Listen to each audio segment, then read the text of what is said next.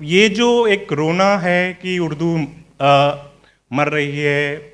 और उर्दू को बचाने की, कंजर्व करने की ज़रूरत है, इसको लेकर के मेरा थोड़ा मेरी एक अलग राय है। मेरा ये कहना है कि what we need is to develop Urdu. हाँ, we have to bring Urdu to से अभी के जो हालात हैं और जो ज़रूरतें हैं उस तक लाने की, और चीज़ों को डिफ्रेंशिएट करना मुझे लगता है उसकी ज़रूरत है। वायर उर्दू में हम उसी की कोशिश कर रहे हैं। तो जैसा यानी बता रही थी कि एक उर्दू का विंग, तो ये जो एक कंसेप्शन है कि हम एक अलग विंग शुरू कर देंगे,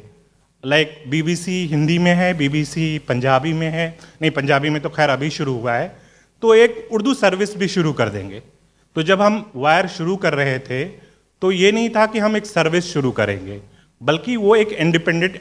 उसकी एंटिटी होगी, जहां बेसिकली सोचा जाएगा कि उर्दू में कैसे जर्नलिज्म करना है, ना कि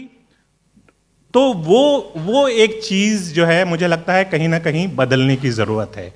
और ये तभी मुमकिन होगा कि जब तक हम उर्दू को सिर्फ और सिर्फ लिटरेचर तक महदूद करके रखेंगे तो मुझे लगता है कि उर्दू डेवलप नहीं कर पाएगी। दूसरी बात ये कि जब तक हम उर्दू को सिर्फ नॉवेल्टी, नफासत, नज़ाकत, लताफत, इन चीज़ों की ज़बान बना करके रखेंगे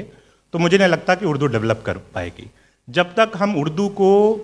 बाज़ार की ज़बान, मैं बाज़ारू ज़बान नहीं कह रहा हूँ, बाज़ारी ज़बान नहीं कह रहा हूँ, बाज़ार की ज़बान, मार्केट में जैसे हम मतलब कम्युनिकेशन की लैंग्वेज जब तक हम उसको नहीं बनाएंगे तब तक यही हाल रहेगा। And I am very hopeful. मैं पिछले कुछ सालों में, जैसा कि एनी ने सही कहा कि कुछ सालों में जिस तरह से उर्दू की विजिबिलिटी बढ़ी है, और न सिर्फ विजिबिलिटी बढ़ी है बल्कि लोगों का इंटरेस्ट बढ़ा है, तो मुझे लगता है जिस तरह से ये बात बार बार कही जाती है कि उर्दू सिर्फ मुसलमानों की ज़बान नहीं है, टाइम हैज़ कम कि हम ये कहना भी शुरू करें और प्रैक्टिस करना भी शुरू करें कि उर्दू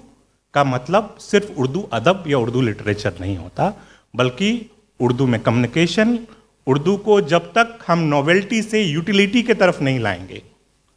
तब तक चीज़ें चेंज नहीं होने वाली है। मैं यकीन के साथ कह सकता हूँ 95% जो बॉलीवुड में काम होता है उसमें से 95% लोग हिंदी स्क्रिप्ट, देवनागरी स्क्रिप्ट नहीं पढ़ सकते, वो रोमन में पढ़ते हैं। हाँ, तो उसका मतलब, और दिक्कत यहाँ तक आ जाती है कि रोमन में आपको डायलॉग्स लिखने पड़ते हैं। तो वो एक बड़ा मसला है। तो मुझे नहीं लगता है, असल मसला ये है कि किसी भी ज़बान को जब तक, या किसी भी लैंग्वेज को जब तक आप एलियन के तौर पर देखते रहेंगे तब तक इस तरह के मसाइल होंगे। इसलिए मैं कह रहा हूँ कि जब तक वो बाज़ार की ज़बान, जब तक वो